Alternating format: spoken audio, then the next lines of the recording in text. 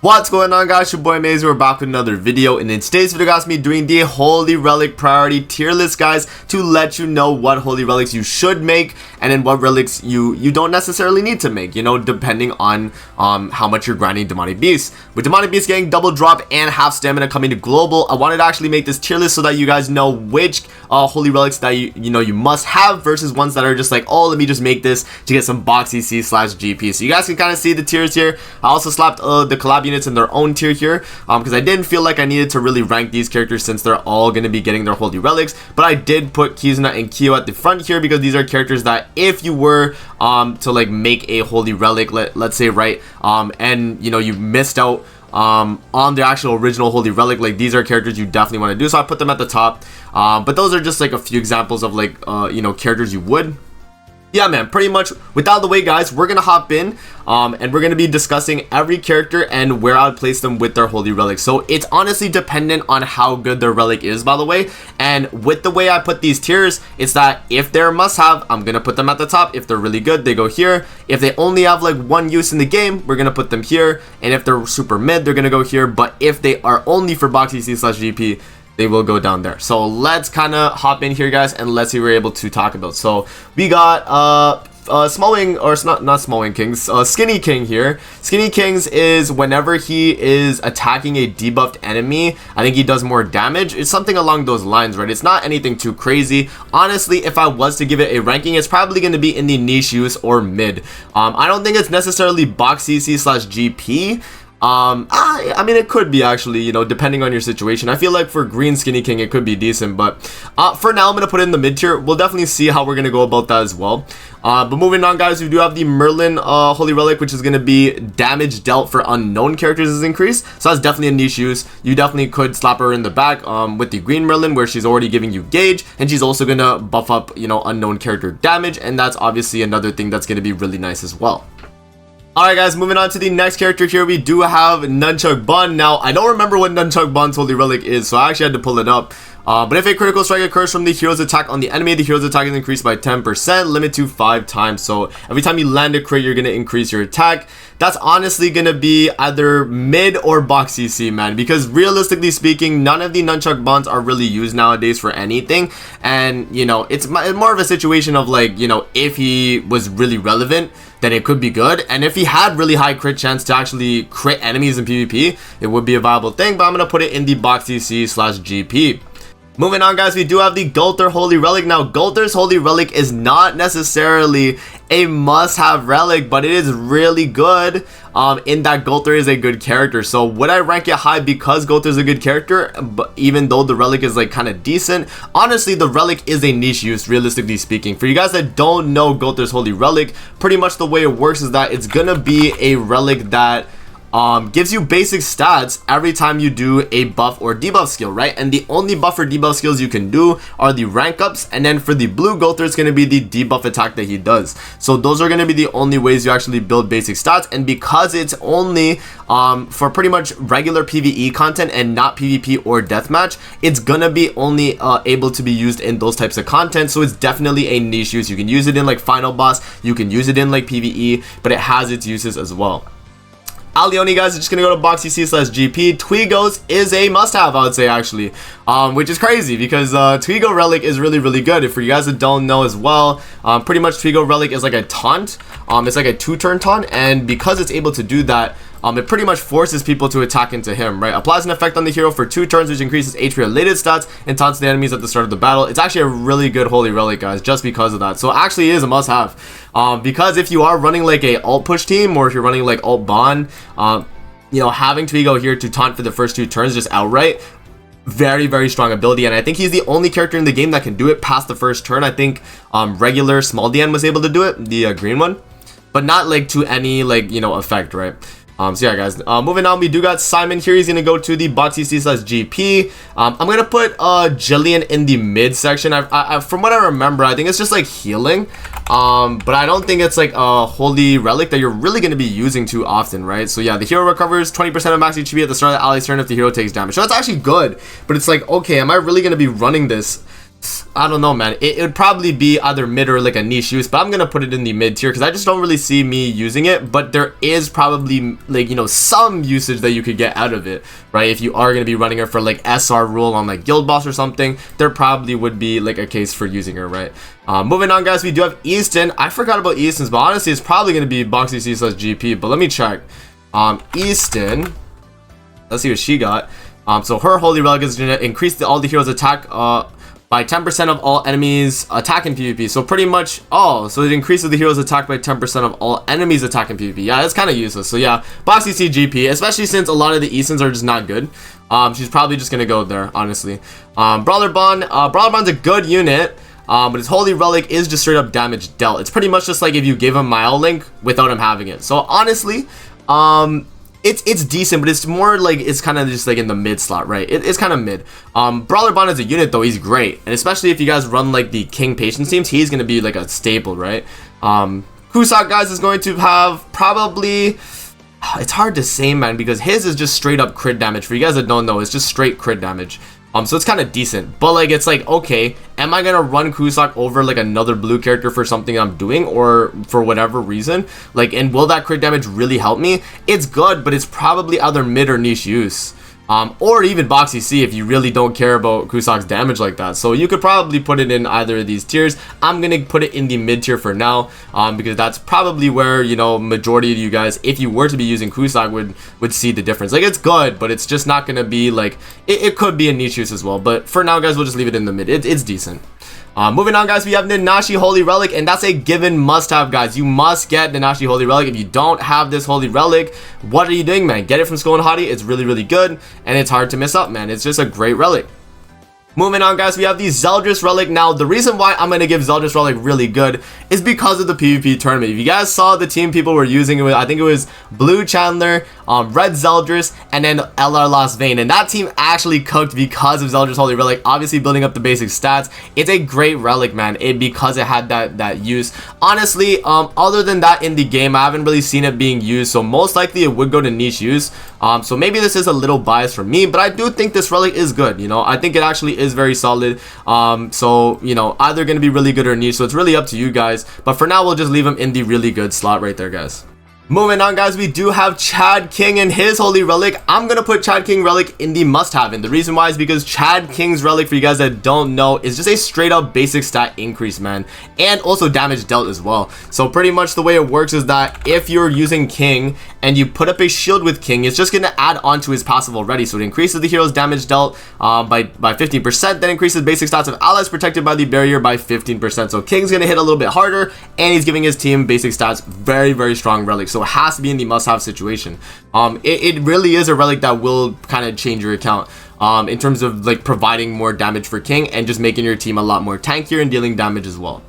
Moving on, guys, we do have the Mono Relic. From what I remember, Mono Relic is not the greatest. It's a 7 catastrophe basic stat, I think, or it's damage dealt on, no, it's damage dealt on AoE skills. Basic stat is part of her passive. So yeah, it's I don't know, man. It really is kind of just like a mid Holy Relic.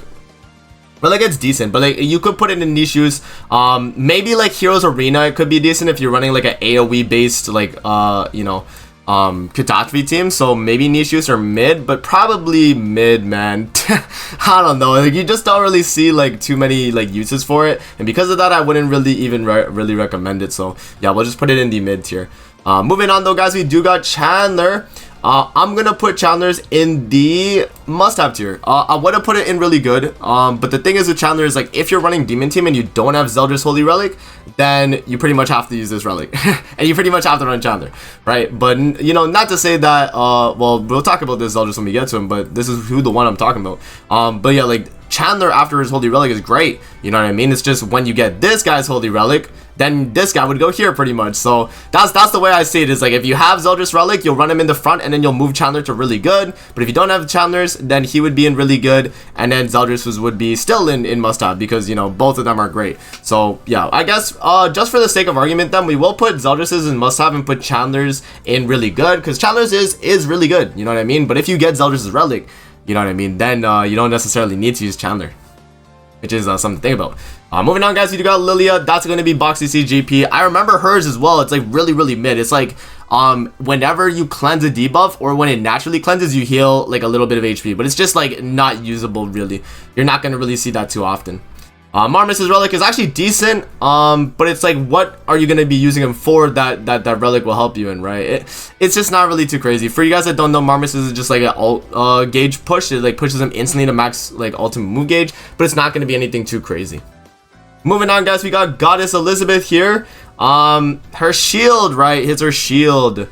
Probably niche use or maybe really good. The problem is with Goddess Liz is like right now Goddess team is pretty good in PvP, but it's not like the greatest. And honestly, the shield, it is actually like pretty substantial when you get the shield and have the Holy Relic. So in that right, I want to give it the really good, but the problem is that Goddess Liz herself is not really that great. You know, she's good, but it's mainly her passive that with the revive, that's what people want, right? So yeah, I think for now, I'm probably just gonna put her in the really good because of the fact that, you know, Goddess teams can still be run, and the fact that the shield does provide a lot. I will actually give it the really good slot. So there we go. Moving on, guys, we got Ludo here. I'm gonna put it in Boxy C/GP, and the crazy thing about this is that it actually is you know, just straight up a stat increase. And you would think that because of that, it's like, okay, Ludo's passive actually will work, but more so it's just like, okay, I might as well just get it for the Boxy CGP because it's such big basic stats, right?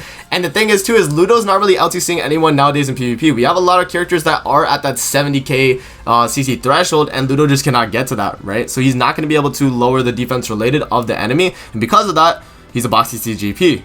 So moving on, guys, we got Lilia here. Lilia's is really good. Honestly, if this was like a few months ago or even like a year ago, this would have been in must have. But Lilia's Holy Relic is more so just really good because, you know, you can pretty much use it in all content. As long as you're able to debuff the enemy, you will have a million basic stats, and that's what Lilia is able to do, and that's why it's just so strong. I really love the relic. If you guys that don't know Lilia's Relic, it's pretty much just she increases basic stats per debuff on the enemy, kind of like Zelda's you know, passive. And it's just really good. You know, you just get a ton of basic stats, and it goes up to 50%, man, which is a lot. That's a very big increase right there for a character like Lilia, so definitely really worthwhile. Moving on, guys, we do have Margaret here, and honestly, it's not really a great Holy Relic, but it's definitely probably the way I put the tiers, it's like, okay, it's like, you know, but like honestly, it would be a must-have because Margaret's a good character, but for the relic itself, it's not really a good relic. It honestly go in like Boxy C or GP, man, or even like mid. Like it's a good relic in that because you know it's Margaret, you probably want it, but it's not like a relic that's gonna make or break your account. Like if you don't have the relic versus having it, it's not really gonna change too much for your Margaret. So honestly, Boxy C GP. Moving on, guys, we do have the Slater Holy Relic, Boxy CGP. He does have like some use with it where it's like every time he crits, he increases attacks. So it's pretty much the same as like this Nunchuck Bun. But yeah, it's like decent. You know, you can get some attack, but it's not really gonna like make or break your account. Boxy CGP. Moving on, guys, we got Tarmiel. So I'm gonna put Tarmiel's in niche use because of the fact it actually works from the backline. Tarmiel's Holy Relic here, guys, for you guys that don't know, pretty much acts as like a stance buffer, right? So if we go to Tarmiel right here, on his Holy Relic, decreases allies damage taken by 20% when in a stance and increases damage dealt by counters by 30%. So if you're running a counter on the front and you have Tarmiel backline, he can actually act as a backline support, which I think is kind of cool. So, you know, because of that, definitely a niche use. You have some type of uses with it, but are you really going to use it? Probably not. But it is a niche use because of that. Moving on, guys, we got the one Escanor's Boxy CGP Relic at the moment. We'll see if this changes, if the LR is for the one Escanor or not. As the time I'm recording this video, it looks to be green Escanor, so we'll see. But you know, if they do LR this man and he gets like a upgraded Holy Relic, then this would have to change. But for now, you know, just ignoring 30% defense in PvP is kind of useless considering there's skills that straight up outright ignore all defense, which, you know, and that's for all content too, so that's just something to think about.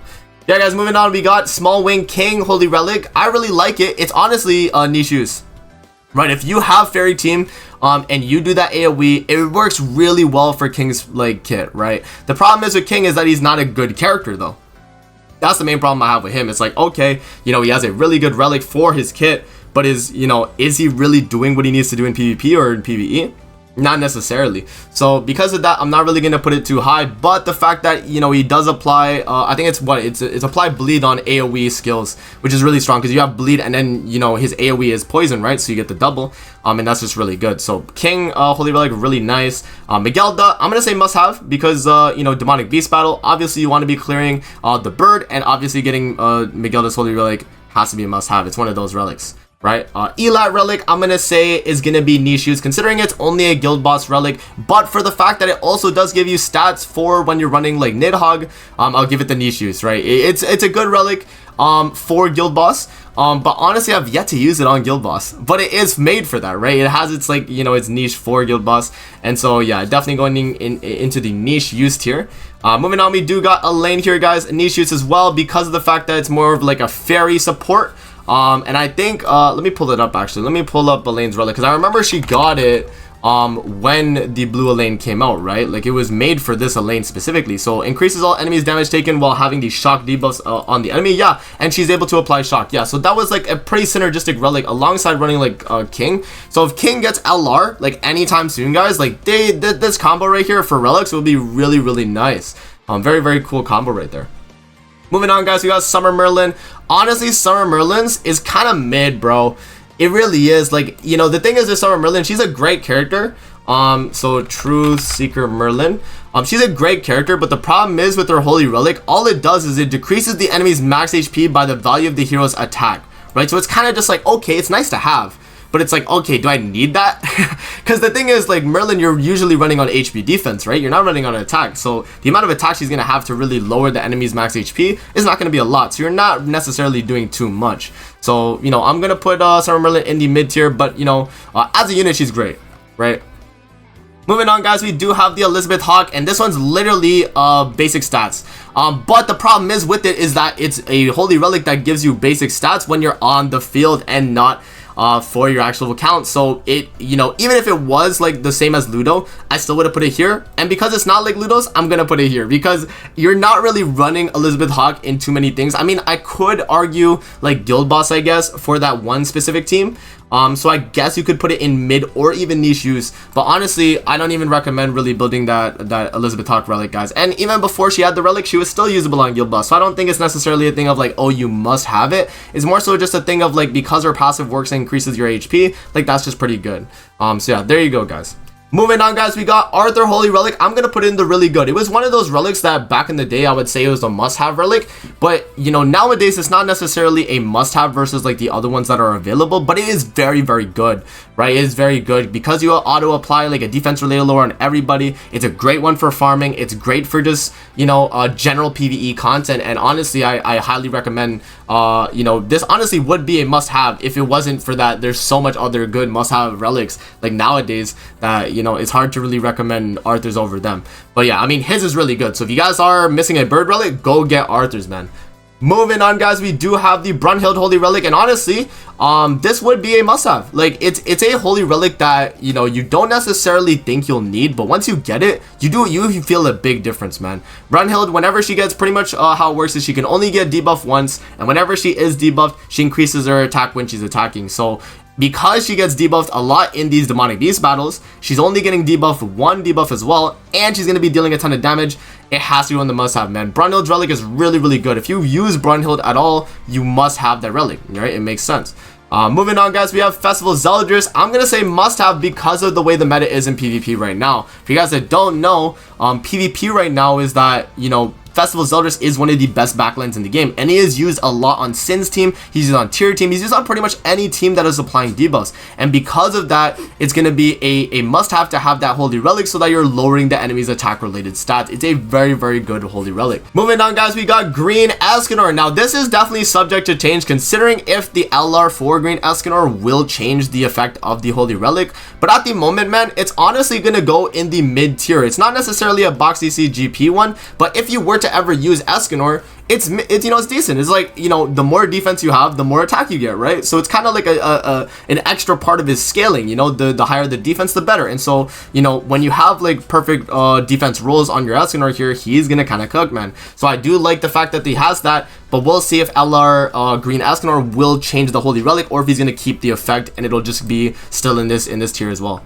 Moving on, guys, we have the Margaret Relic, which I'm going to put in the niche use. And the reason why is because Margaret Relic is pretty much the way it works is that if you kill an enemy, and I don't know if this is necessarily PvP only. Let me actually check just to make sure. But from what I remember, though, she can just do it on anyone. Yeah, so deplete 2 ultimate move gauge orbs from all enemies at the end of the turn when an allied hero defeats an enemy during an allied turn. This is very easy to do, right? You get a kill on an enemy and then they lose the ultimate move gauge. So when they're pushing ultimates, this is a, you know, it has that niche use in that, yo, I'm gonna slap Garad in the back, and so whenever I'm facing someone that's, you know, doing like alt rush against me, they get screwed when I kill like a Fraudra or I kill like an Elizabeth. Like, she has that tech, which I think is really, really good.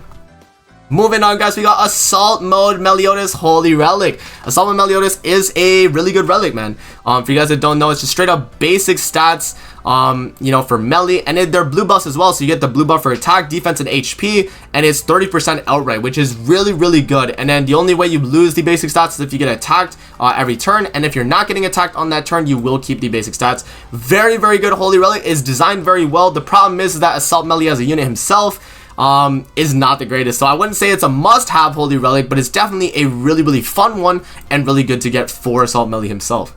Moving on, guys, we got Zarathos in the box DC GP relics. And then we do also have Sariel next as well. So let me actually see Sariel's. I completely forgot Sariel's. I think for what Sariel's is, oh yeah, it's the attack buff he gets, and then he heals more on the counters. That's actually really good. So I will actually put it in the, well, it's not really good tier, but it's niche use tier, guys. it's good, but like, you know, generally speaking, like when you're running Sariel, right, he's probably gonna get infected, right? So he's not really gonna be able to get that heal, but when you can use it to get that attack buff and get the heals when he's countering, it's really good. So we'll definitely give it the niche use. Moving on, guys, we do have the Jormungand Holy Relic, which is going to go in the must-have tier. If you have Jormungand and you're trying to clear for deer, you know, getting that Holy Relic, very, very good. It's a priority, right? You get her relic first, and then any other deer relic you can pretty much acquire after that. It's a very, very good Holy Relic, man. Highly advise getting this relic. Moving on, guys, we got Halibrom here. I'm gonna actually put it in niche use. It's pretty much just basic stats outright for fairy characters, and it's not a big amount of basic stats from what I remember. I think it's only 20. But it is just free basic stats, right? So if you're running him in the backline, just straight up 20% out of fairy race allied basic stats for no conditions at all, actually not too bad, right? So that is actually a fairly good Holy Relic, so I will give it the niche use. Moving on, guys, we got the Festival Gother Holy Relic. That's going to go in the really good tier. Festival Gother, when he gets maximum ultimate move gauge, gives your entire team a 25% attack related stat increase, and that is a very, very good effect. Festival Gother, alongside giving already that he gives 20% attack related in his passive, and then he gives another 25 on top of that, and you max out at 45% attack related stats. It is so, so good, man. He was able to help me back in the day when I was clearing for like dogs and I didn't have Thonar. Like, he was such a good character because you'd get that Holy Relic proc and you'd pretty much act like you had that Thonar attack related buff, right? It was just really, really good. So it's not like necessarily a must-have relic, but it's definitely a really, really good one to have for sure. Moving on, guys, we got the Green Elizabeth. I'm gonna put this one in must-have. It's kind of wild to say, but she is a character that if you're running the new Nidhogg Demonic Beast battle, you pretty much need that Holy Relic whenever you're running a goddess team. It's a must-have, man. It's such a good Holy Relic. For you guys that don't know, it's straight up just HP related stats, right? And it doesn't seem like it's a lot, but for the Elizabeths that have it, right? So if we go to Elizabeth, this Elizabeth has it right here, and she already has backline support, so when she gets this as well, and because this is backline, another bonus. And then this Elizabeth anyway, the green one, right? Like, because she's on field and giving this extra HP related, it helps the team immensely because you get that extra lifesteal and you get the extra like starter turn healing. So honestly, it would go in really good, but because of the way and how meta it is, I guess you guys would say, I would actually put it in must have. So if you're trying to clear for like Nidhogg, get one of these relics for Elizabeth, as it's going to be one of the priorities for sure. Moving on, guys, we got Shin Relic. I'm going to put this one in mid. I think with Shin Holy Relic, guys, you actually do a little bit of extra damage against debuffed enemies, so that's pretty nice. Yeah, so you get 50% damage though when attacking debuffed enemies, but it's not a damage though that you really feel too much. And honestly, when farming nowadays, he doesn't cut it. You know, Shin's not a character that really cuts it when farming nowadays, man, versus other characters like Red Brandhold or, you know, Tyr. Like, they're characters that when farming, they do a ton of damage on their weak point skills. So I'm gonna actually give Shin the mid tier right there. Moving on, guys, we got the Droll Holy Relic, and I'm gonna honestly put that in the Boxy C and GP tier. It is a decent Holy Relic, so we can actually pull it up here. But pretty much the way it works is that it acts as like a what's it called, a damage reduction. Yeah, I was gonna say, so it's a damage reduction per buff on the hero, but how many buffs are you really gonna get on Droll, especially the green or blue one, right? The blue one you can get a lot more, but it's more so like, okay, you know, I mainly run this relic just so you have Link CC, pretty much. Like, you're gonna make it so that your Droll Link is a little bit better, pretty much. That's the reason I made mine, so you know, there's that. Moving on, guys, we got Festival Merlin. I'm gonna put in the niche use tier. Festival Merlin's is actually pretty good, in that pretty much how it works is it's kind of like a Shin's in a way. So pretty much for Shin's Holy Relic or for Merlin's Holy Relic, increases the hero's attack when attacking debuff enemies, not necessarily increasing the damage dealt, but more so just straight up attack. That's why this one is really good, because it's just increasing your attack stat, not just giving you damage dealt. And it applies before skill activation as well, so before you even apply the skill effect, as long as there's a debuff on the enemy, boom, you get that 20% attack up. Really, really nice. Moving on, guys, we got Mark II Valenti here. Honestly, Mark II Valentis, from what I remember, it's like you increase, I think it's like for every crit you do, you get like a bonus. It's honestly not that great, man. It's either mid or Boxy C. I have to actually check it again.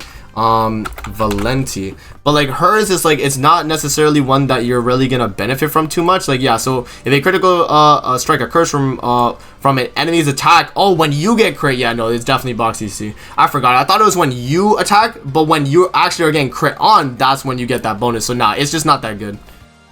Moving on, guys, we got the Grimoire Holy Relic. This one's actually decent. You know, it's giving you the defense it's giving you the HP related stats. The Guild Thunder gets the defense related ones. So this one's not too bad. HP related is pretty decent, but if it was defense related, oh, it would be so insane, man. But yeah, I'll give it the mid tier. It's pretty decent, and it's also a decent link as well. So if you do plan on making it, not too bad. Moving on, guys, we got Fraudra Holy Relic. Is literally a Boxy C GP relic. It's the exact same as Ludo's, and that's just outright stats. So, you know, and since Fraudra is a character that wants to go first, the green one specifically, and he only has like 67 KCC, he's not doing that, right? He's not going first, and same with Ludo. They're both not going first, and so because of that, they're just Boxy C. You're just gonna make it for the Boxy C. Moving on, guys, we do have regular Valenti here. Regular Valenti's Holy Relic, I don't think was doing anything too crazy either. From what I remember, I think it's just a... Oh, it's a gauge fill. Yeah, so when an ally dies, you get gauge fill. Yeah, it's pretty useless, man. Like, you're not really gonna get too much use out of it, honestly. So it's more so just like you make it for Valenti because she's a good unit, not necessarily that you need it. Like, you know what I mean? It's not really gonna affect your gameplay too much. Moving on, guys, we got Light Elizabeth's Holy Relic. This one was a very recent Holy Relic, and I'll say Light Elizabeth is really good. The problem with Light Elizabeth herself is that she's not a character that you know, is better than the other version of herself, right? The Goddess Elizabeth is just a better version of her, even after this one getting her relic. Like, it's great, you know, for you guys that don't know, it's pretty much damage reduction and damage dealt. But you also do get the what's it called, you actually get the cleanse for the infect, so that you get the heal, which is not bad, and it actually is a really good stat stick as well. So honestly, it would go in the really good tier, which I think is a fair spot for it. It's a good Holy Relic, but it doesn't mean that, you know, Light Elizabeth's gonna be, you know, breaking the game, and she's like, because of the relic, she's a must-have relic, right? Or a must-run character. So yeah, she's gonna go in the really good tier, but she's not gonna be anything too crazy. Moving on, guys, we got the Excalibur Arthur Holy Relic. I'm gonna actually put this in niche use. When you are actually running Excalibur Arthur and you put up that stance, and then you take a ton of damage and you get to really low, that's when Arthur's gonna get that heal and cleanse the his entire unit and get the full heal. Like, it's just absolutely insane. So pretty much when he survives with less than 20% HP, remove debuffs from the hero and fully restores HP limit once. Very, very good effect, and when it actually does proc for you, it can be a really good, you know, bonus, right? It's gonna be really nice. Moving on, guys, we got the Red Melasia Holy Relic. Red Melasia Holy Relic is great, man. It's a really good relic, especially with the meta right now having the tier Scotty Melasia comp. And because Red Melasia is pretty much giving Ultimate Escanor Revive, in that it gives 30% attack related stats on the Revive character, and you get basic stats for the team based on ignites on the enemy, it's a really, really good Holy Relic, man. I highly advise, if you're like kind of clearing out all the Nidhogg relics, this is one of the later ones you would get, but it's really good, right? It's really good, and definitely makes Red Melasia a lot better of a character. And from what I remember, her CC, I think she was at like 67, 68 almost. so that's like a really good amount of CC. So yeah, it's actually not too bad considering what it's given for. So that is red Melasia Relic right there. Moving on, guys, we got Matrona Holy Relic. I'm gonna actually say this one's really good as well. Matrona Holy Relic is just straight up 25% basic stats for giant characters. And now that might not look like a good thing, but when you're running Matrona in the content that you're running her for, like getting that extra 25% basic stats, man, is big. That just means you get a ton of stats for free. And the Holy Relic itself, look at the stats on the Holy Relic, it's really good, right? 4,000 HP, 500 defense, 300 attack, 25% basic stats to allies. It's a really good Holy Relic, man. A lot hard to say that, like, you know, if you don't have it, like, versus having it, like, it's a really big difference. And you know, you have Guild Boss, you have like Demonic Beast, like it covers pretty much all the content in the game, and especially with all these Nidhogg teams with like Tyr and Matrona, right? Having that Holy Relic is really big. Moving on, guys, we got the Awakened Easton Holy Relic. From what I remember, this one's kind of just mid or either box CC. I'm gonna have to check again, so let's actually check to see what it does. But Easton, from what I remember, is not doing anything too crazy with this relic. Let's see, man. Yeah, so as a hero uses a skill that depletes enemies' ultimate move gauge, hero recovers 10% of diminished HP. Yeah, it's not anything too crazy, so I'm actually gonna keep it in that box CC spot.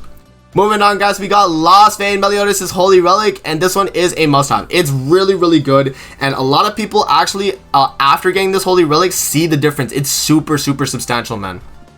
Not having Lost Vein Relic versus having it is one of the biggest differences for a character after they're, you know, at their maximum potential, right? So I'm talking about LR LV melee, by the way, not just regular LR regular melee, because when you have regular you know, SSR Lost Vein Meliodas and you have his relic, like, it's not too much of a difference. But LR melee, that's when you really feel it. And so because LR melee does exist and getting the relic for Lost Vein Meliodas is part of that, you definitely want to have that as one of the must-have relics when actually getting them from Nidhogg. So definitely one of the must for sure. Moving on, guys, Freya Relic. You guys know this is a must-have. Freya is literally used in all Nidhogg content. I'm gonna put her as probably the #1 priority of like any Holy Relic, honestly. If you're able to get this relic, you're getting this relic, you're getting this relic, you're getting who else is up here? We don't have too much people up here as well, but you're getting this relic, you're getting this relic, you're getting this relic. There's so many relics from Nidhogg that are so good nowadays, guys. It's hard to miss up. So Freya is a must-have Holy Relic. If you are missing her Holy Relic, get it from Nidhogg. If you own the character, you must save for that, you know, for Freya first. Like, she is a must-have priority. She should be number one. So definitely get her Holy Relic. Moving on, guys, we got Guild Thunder here. I'm gonna put Guild Thunder in the same tier as what's it called, Grimmore right there. It's a niche use, you know what I mean? It's or a mid, I mean, it's a mid character, even with the Holy Relic, right? It's just gonna be defense related stats or HP related stats. And then I think the Hauser here can go in the same situation where it's just attack related stats. Like, obviously this is gonna help in farming, this is gonna help in your tanking a little better. Same with Grimmore. So it's more so just like, okay, it's mid, but like it's more so like you would say it's like box CC, but if you ever use these characters, it's decent, right? King Relic, I'm just gonna put in box CC GP. It's decent, but you mainly run it for King to have a little bit extra CC. Moving on, guys, we got Mono Relic. I'm also gonna put in the box CC GP. I don't think it was anything too crazy from what I remember, but I think it's not too bad though. Let me see here. Yeah, so inflicts corrosion damage on the target equal to 20% of the hero's max HP for 1 turn. If the hero's attack against the enemy results in a critical strike, which, you know, if you're able to get that off, probably a niche use for mid, but box CC and GP, man, because most of the time you're not really going to be using mono in really any content. If you are, you're not going to be critting too often, right? Unless it's like a boss that has low crit resistance. Moving on, guys, we got the Freya Holy Relic. Now, this is a must-have Holy Relic as well, and this one will go right after Freya. So if you make Freya Relic first, you make Freya Relic second, and then you get the rest of the relics. That's how it goes for Nidhogg specifically, right? Freya Relic, boom, and then you get the rest. So that's definitely the priority. Both the brother-sister combo, man, very good in pretty much everything in the game. And after that Holy Relic, it's just insane, man. So very highly prioritized a Freya Holy Relic. For you guys that don't know what it does, it's gonna give basic stats and also single target damage dealt for every Ragnarok or unknown ally on the field, and it's a ally buff as well, and a backline support as well. It's just hard to miss out. Freya Relic is one of the best relics in the entire game with the way it's designed.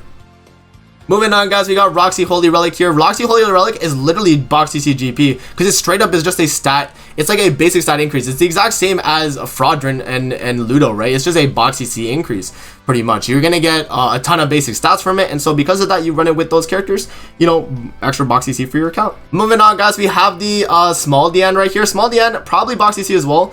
I don't really see much use out of it. I think it's like you heal a little bit, I think. When you, I think it's, yeah, whenever you attack, you like heal or something like that. DN, let's see exactly what it was again. Yeah, so heals HP 30% of max HP if a critical strike occurs when the hero attacks an enemy. Is decent, but for the taunt characters or for the characters you are running for it, it's not necessarily going to help you too much. Purgatory Bond Holy Relic, guys, I will put it in the niche use tier. It's not too great anymore. It used to be actually very, very good when you'd run like Purgatory Bond backline and you would come out with like a ton of HP. But now it's more so just like, okay, it's just there. You know, if you lose an ally, you get an HP increase, so it's nice. But it's not necessarily a Holy Relic that's like, okay, I must have that Holy Relic. Moving on, guys, we got the Sigurd Holy Relic as well. I'm going to put in niche use. If you are using Sigurd in any type of PvP content, it's going to be pretty good for that PvP. But anything other than that, it's not like pretty much needed at all. But if you are using it in PvP, that's where I'd rank the Sigurd right there. Scotty Holy Relic, guys, I'm going to put in really good.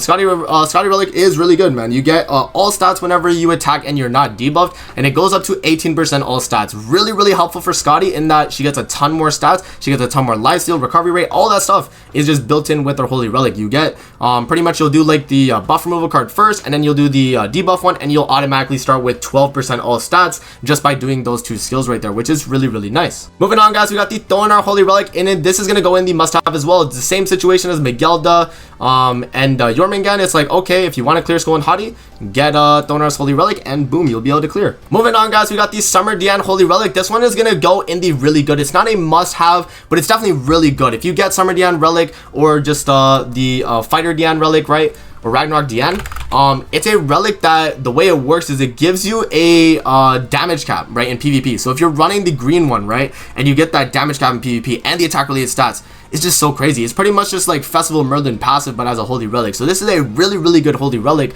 but it's not necessarily a must-have. If you're not running Ragnaroks in PvP, you don't need it. But if you are, it would probably be in the must-have tier. But because, like, generally speaking, people aren't necessarily running that team, I'll just put it in the really good. But it is good, though. Like, and if you run Ragnarok team, it would definitely be in the must-have. But I'll put it in the really good tier. Moving on, guys, we got the Tarmiel Holy Relic. For his, is just going to be niche use and also just mainly box CC. But pretty much you would get it, though, just for this extra CC on Tarmiel. But what it does is that it's going to alt seal enemies when they get to maximum ultimate move gauge, which can be, you know, used sometimes. But it's not going to be too much of a thing where, like, oh, you know, because of this I'm winning matches. Like, it's just a thing that happens, and then you're like, oh, look at that, I sealed the guy's ult, and then it just helps you a little bit, right? But there you go. So it's gonna be a niche use Holy Relic. Moving on, guys, we got Sariel Holy Relic. This is gonna go in really good. Sariel Relic, after getting it, when you run him in any content where you need, like, you know, a red character like in Deer, or when you're doing, like, you know, anything where you need damage, like, Sariel Relic is really good. You get up to 40% basic stats for himself just by critting enemies, and that's normally gonna happen, right?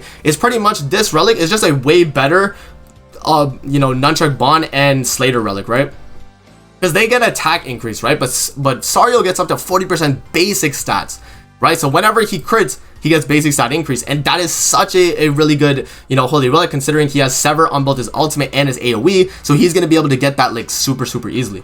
Finally, guys, we got the Queen Dian Holy Relic, and that is going to go in the must-have tier as well. And it's kind of the same situation as like LR Melee, in that, like, you know, that damage dealt is really nice, man. It helps so much into what characters need to do, and, you know, when you're running Sin's team, like, it's a must-have relic, right? If you're running that team, and generally speaking, that's gonna be a relic that really does help you a lot. And so I gotta put it in the must-have tier alongside the LR Melee Relic. It's just too good.